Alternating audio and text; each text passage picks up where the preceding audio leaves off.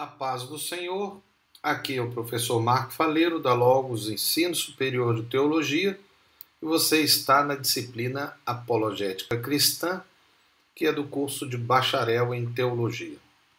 Este é o quinto AVA da aula dupla 2 e a segunda parte da aula 4. Nesta aula dupla, estamos a tratar do assunto os 5 métodos da apologética. Esses 5 métodos estamos a estudar dentro do livro de Stephen Cohen, que você pode adquirir, mas também pode dar uma leitura rápida neste site que apresentamos nas avas anteriores e nesta também. Mas vamos então agora falar sobre o último método, e este último método nós vamos tratar em 2 avas, ou seja, nesta que é a quinta e na próxima que é a sexta. E assim terminaremos essa aula dupla que nós estamos tratando os 5 métodos.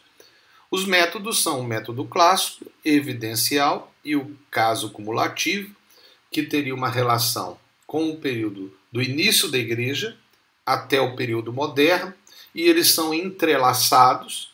Depois houve o período da Reforma, em que trouxe esse novo método, que é o pressuposicional, que nós tratamos na ava anterior, e agora vamos tratar deste, que é considerado o atual, né? O método atual, considerando o contexto daquilo que nós chamamos de pós-modernidade, né? Que é a epistemologia reformada.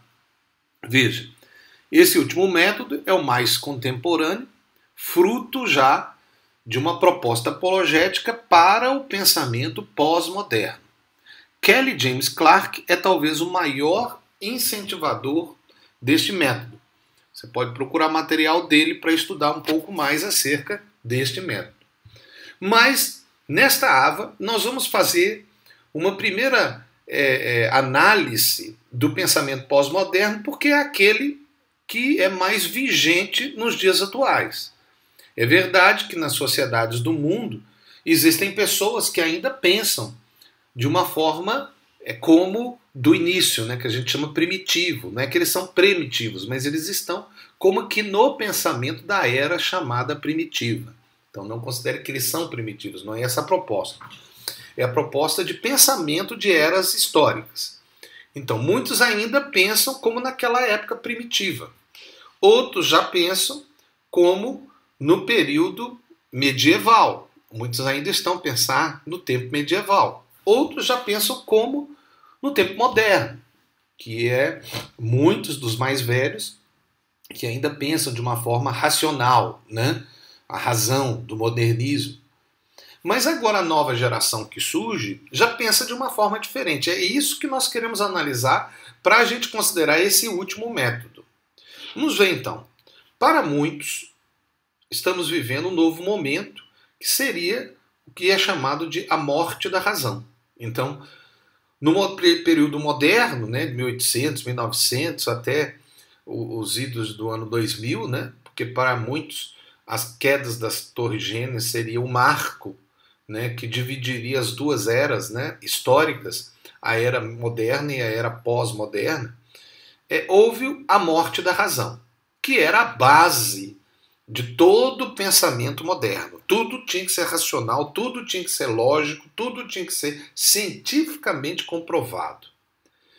Agora, enquanto o método clássico e evidencial, assim como o cumulativo, do caso cumulativo, é uma proposta da razão helênica, e o pressuposicional é uma tentativa de valorização da fé sobre a razão, então é um combate direto à razão. Então, na verdade, é aquela briga do período moderno da igreja com a razão, né, ou com a ciência. Né? Então houve uma briga muito grande, ciência e religião, né? Ou razão e fé. Né?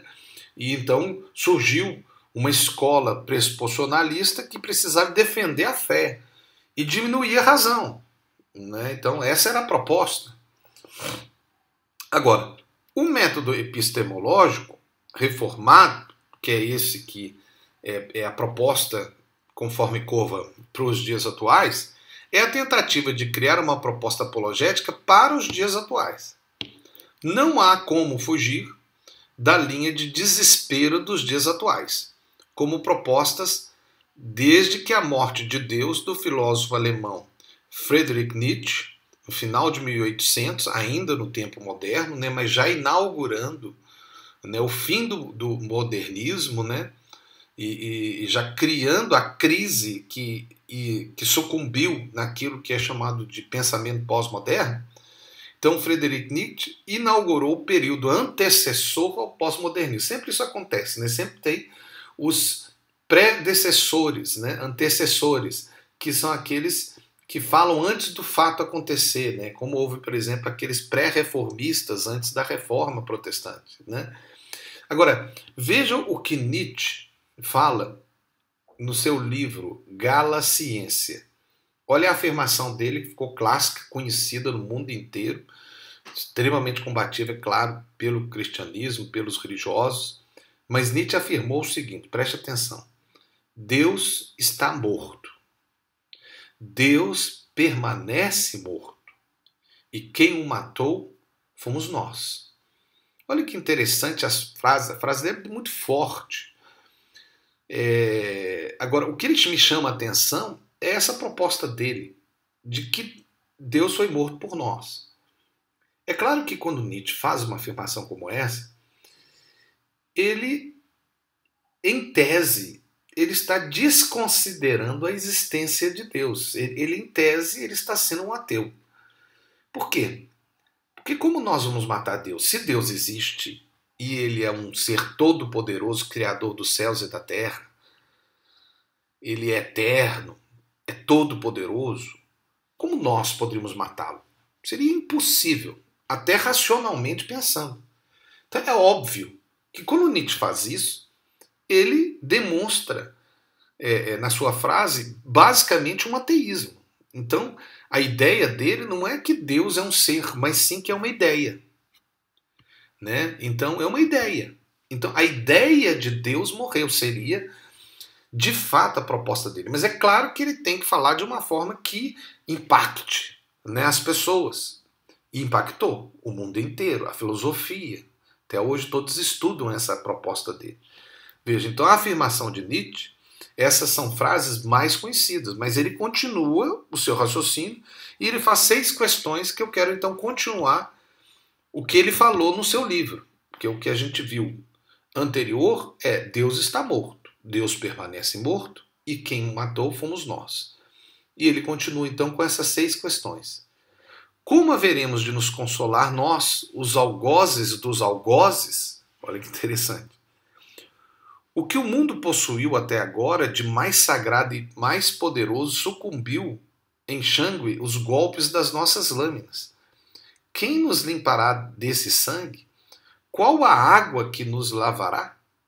Que solenidades de desagravo, que jogos sagrados haveremos de inventar? A grandiosidade desse ato não será demasiada para nós. Para nós, seja matar Deus, não teremos de nos tornar nós próprios deuses para perecermos apenas dignos dele? Bom, aí começa até a pensar que talvez o que ele traz é uma grande crítica à proposta da morte de Deus. É como se alguns poderiam até dizer assim, que na verdade o que Nietzsche quer dizer é o seguinte: nós matamos Deus na sociedade, mas e agora? O que nós vamos fazer? Será que nós fizemos a pior coisa que nós poderíamos ter feito? E agora? Nós é que seremos o nosso Deus? Nós seríamos dignos dele? Dele quem? Deus? Então, é claro, aqui me parece mais um ateu a falar, mas talvez seja um ateu no desespero da própria ideia de Deus, que talvez ele considere que era fundamental. Não sei. Aí é uma discussão filosófica, nós não vamos entrar. Mas é essa discussão que entrou na sociedade. E ele termina o seu raciocínio com a seguinte conclusão: nunca existiu ato mais grandioso, e quem quer que nasça depois de nós passará a fazer parte. A próxima geração. Mercê desse ato. De quê? Matar Deus. De uma história superior a toda a história até hoje, com certeza. A história da humanidade mudou com a possibilidade de retirar a ideia de Deus da sociedade. Alguns podem considerar a ideia da morte de Deus como uma blasfêmia, e de fato o é. Contudo, há também uma realidade. O mundo moderno lançou as bases e o pós-modernismo enterrou a Deus na sociedade. Com as tentativas de matar a ideia de Deus, com várias propostas, como nós podemos citar o comunismo, o ateísmo, o sexo livre, a ideologia de gênero, a nova família, o ecumenismo eclético e outras coisas que são contrários à proposta bíblica, o mundo pós-moderno entrou em crise e total desespero, e é o que nós estamos a viver. Francis Schaeffer diz em seu livro O Deus que Intervém, o seu livro O Deus que Intervém, que hoje o homem vive um total desespero sem perspectiva para o futuro, porque o céu e o inferno e Deus morreram, porque quando você, assim, veja, não é que você mata, Deus não pode ser morto, mas estou falando da ideia de Deus. Quando você mata a ideia de Deus, você mata a ideia de céu, de inferno, de eternidade. As pessoas já não... Elas simplesmente vão pensar como diz lá na Bíblia, comamos e morramos porque amanhã morreremos. Na cultura pós-moderna, é o comamos e bebamos, pois amanhã morreremos. Vivemos um momento de suicídio e de violência sem medidas. Essa é a realidade. Você pode constatar num estudo das estatísticas atuais. Pois não há moral, não há futuro, tudo acaba aqui. Diante dessa realidade pós-moderna, temos que considerar que os 4 métodos anteriores têm seu valor, sim, em grupos de formação moderna, medieval e primitiva. Mas considerando a história, a realidade histórica, nós temos o seguinte, preste atenção, eu vou resumir. Um tempo de fé sem razão, que é a primitiva, então pensamento primitivo, ou dentro da proposta histórica, tá? Pense assim, não é que é pior do que outro. O pensamento primitivo seria o tempo de fé sem razão. O pensamento grego-romano seria o tempo de razão com fé. O tempo medieval é o tempo de fé com razão. E o tempo moderno é o tempo de razão sem fé.